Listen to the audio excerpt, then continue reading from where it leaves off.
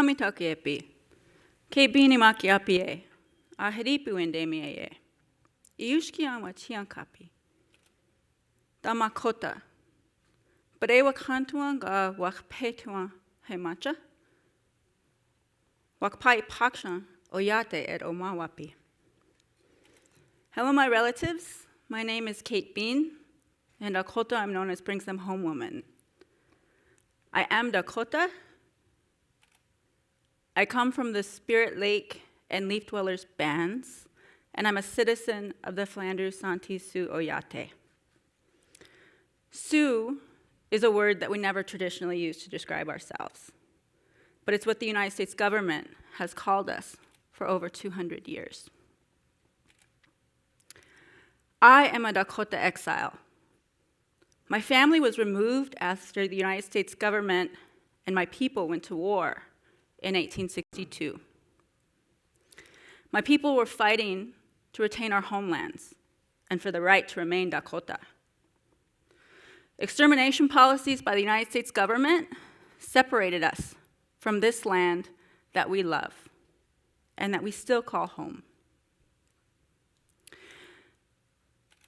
This is how my family ended up on a reservation in Flanders, South Dakota, where my father was born and raised. This reservation in South Dakota is home. But I always knew growing up that that's not where we were from. We are Wichachpi Oyate. We are people of the stars.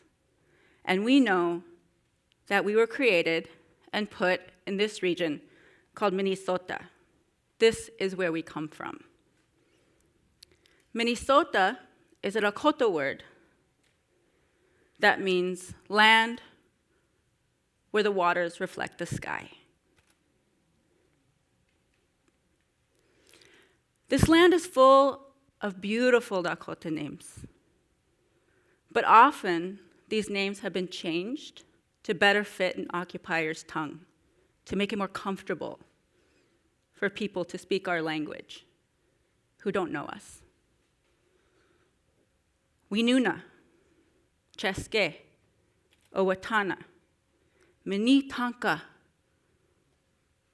Waziata. These are all Dakota names, and we should say them right.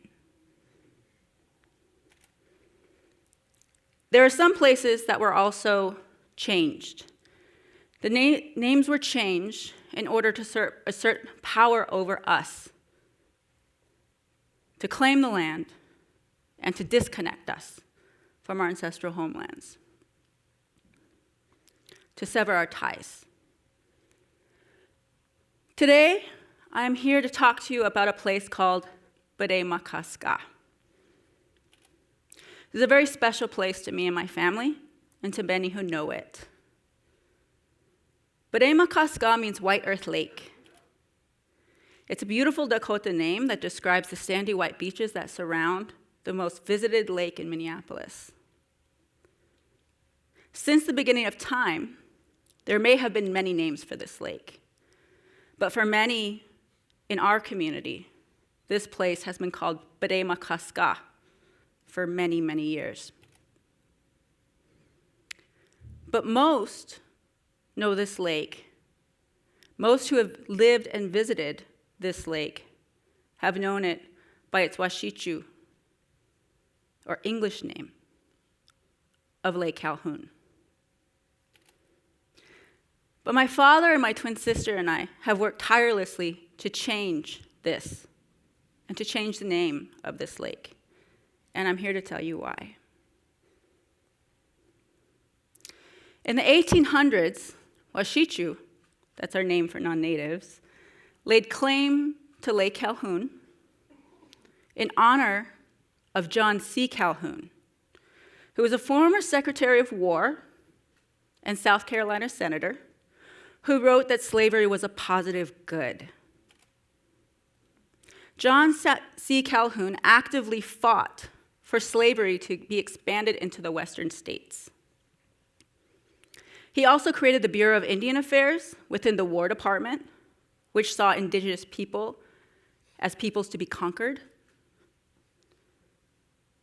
and he drafted their original version of the Indian Removal Act of 1830, a policy enforced by Andrew Jackson, which led to the removal, displacement, and deaths of thousands of indigenous people, including the Cherokee Trail of Tears. Now, we know that Calhoun most likely never set foot in Minnesota territory.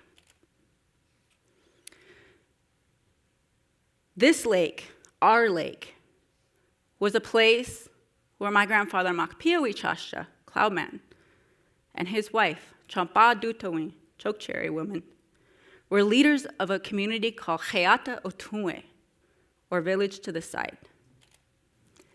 They had taken up farming as a way to survive the 1820s exploitation of our natural resources and traditional foods by the fur trade industry. Now, this lake was called John C. Calhoun for one reason. Calhoun had authorized the construction of a military base called Fort Snelling.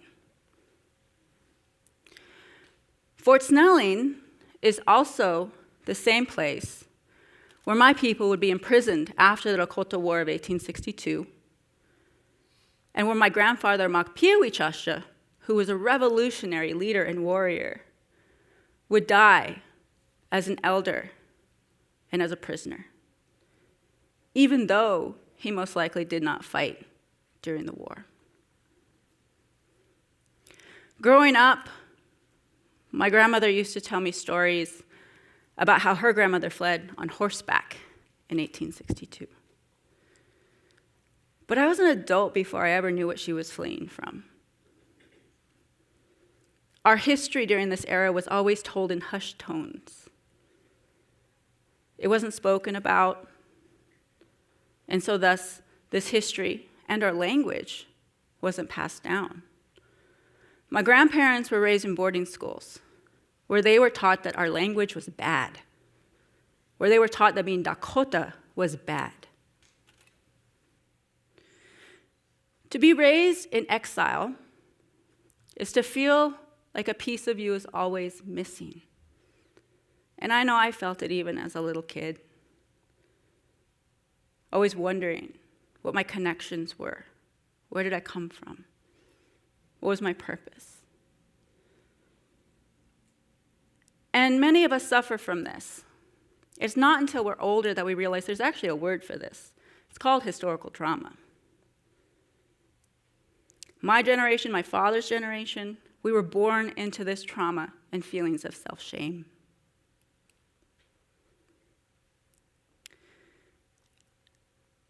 But what helped me to become successful? Well, having parents who taught me how to think critically, and coming home. My sister and I left school at 15. My twin sister, my Chekpa, Carly. We left school at 15 because we didn't see ourselves represented in the curriculum. We were always being taught about other people. We were always being taught that our people were defeated. We were defeated. We were conquered. And it was inevitable. The master narrative was manifest destiny. But our stories and our contributions as Native people was left out. So, when we returned home, we set out to define our own educational path. We were seeking to learn about who we are and where we come from. We wanted to stop letting others define us. One of the first places that we came to when we moved back home to Minnesota, my father took us to Lake Calhoun. And we didn't see ourselves acknowledged anywhere there.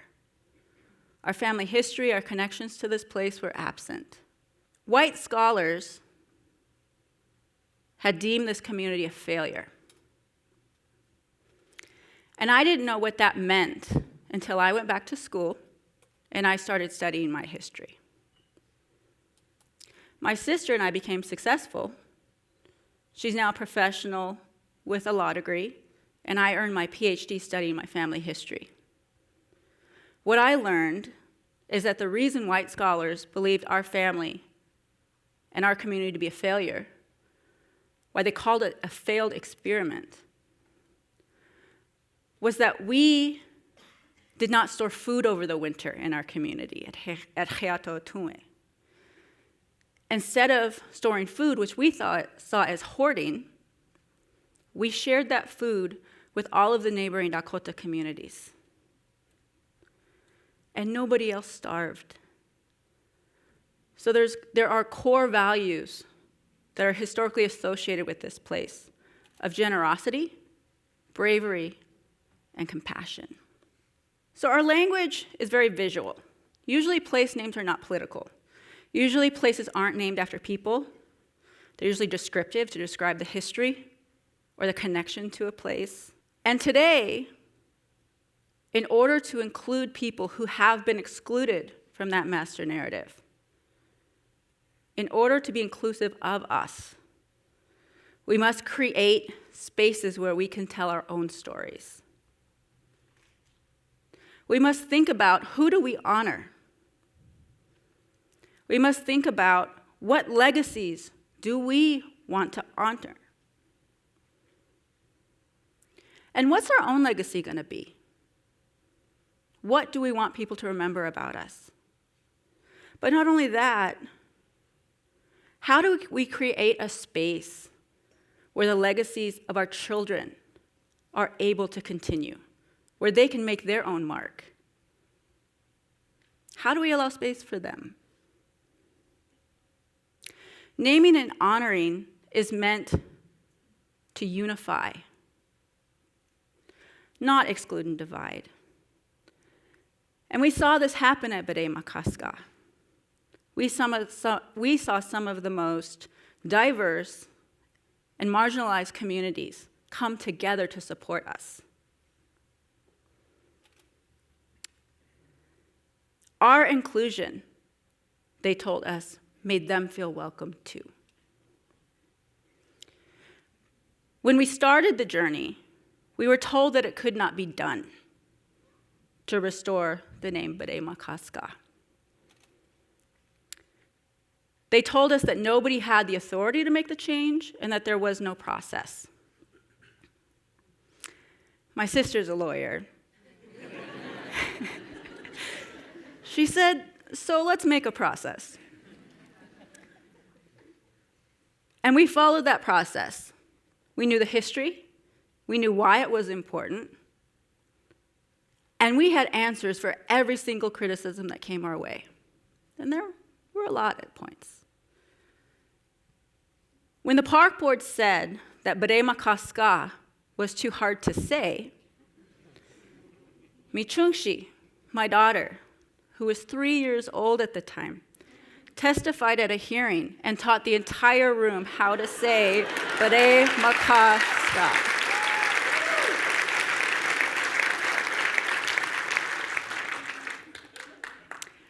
After 3 years of hard work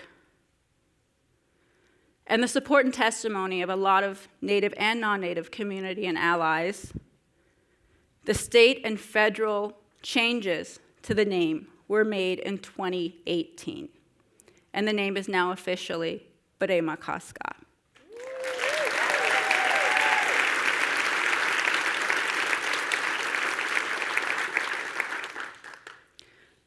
Dakota people are not part of the Minnesota story. We began the story. We've been here for thousands of years. We're not going anywhere. And we have a voice today. We have a responsibility from Tunkashida, from God, to take care of the lands that we love. And we're committed to this work.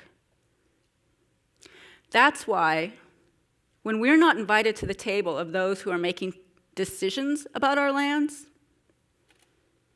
we bring our own chairs, our diplomas, our tribal governments, our communities, and our allies to work with us, and we create a space at the table for ourselves.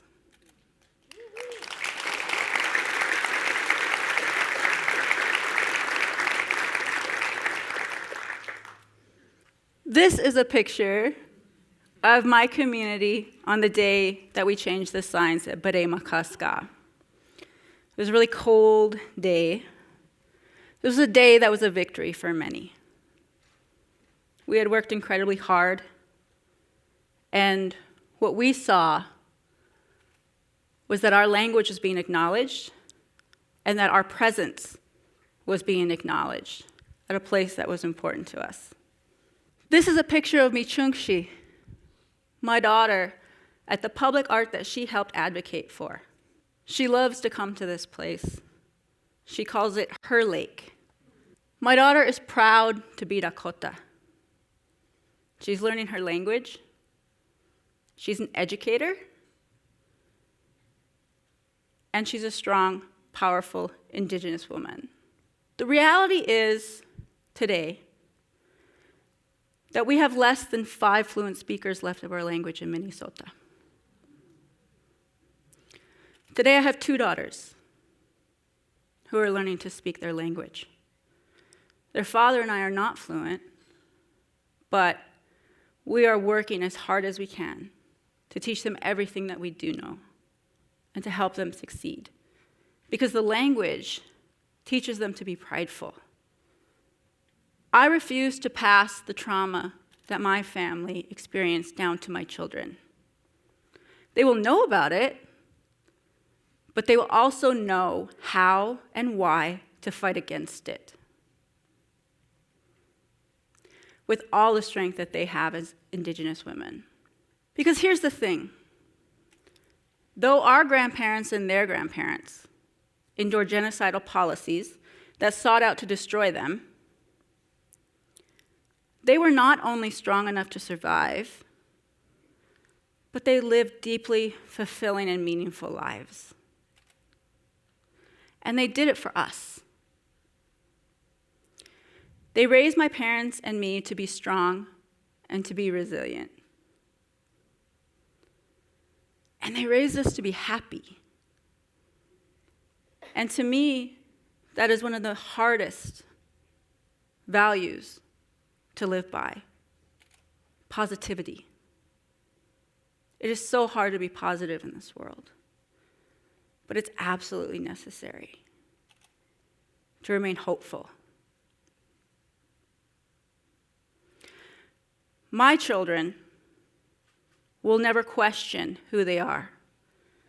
They will never be ashamed to be Dakota. They know where they come from. They will own their story, and they will see and speak Dakota where it belongs, everywhere, just like them. Beane.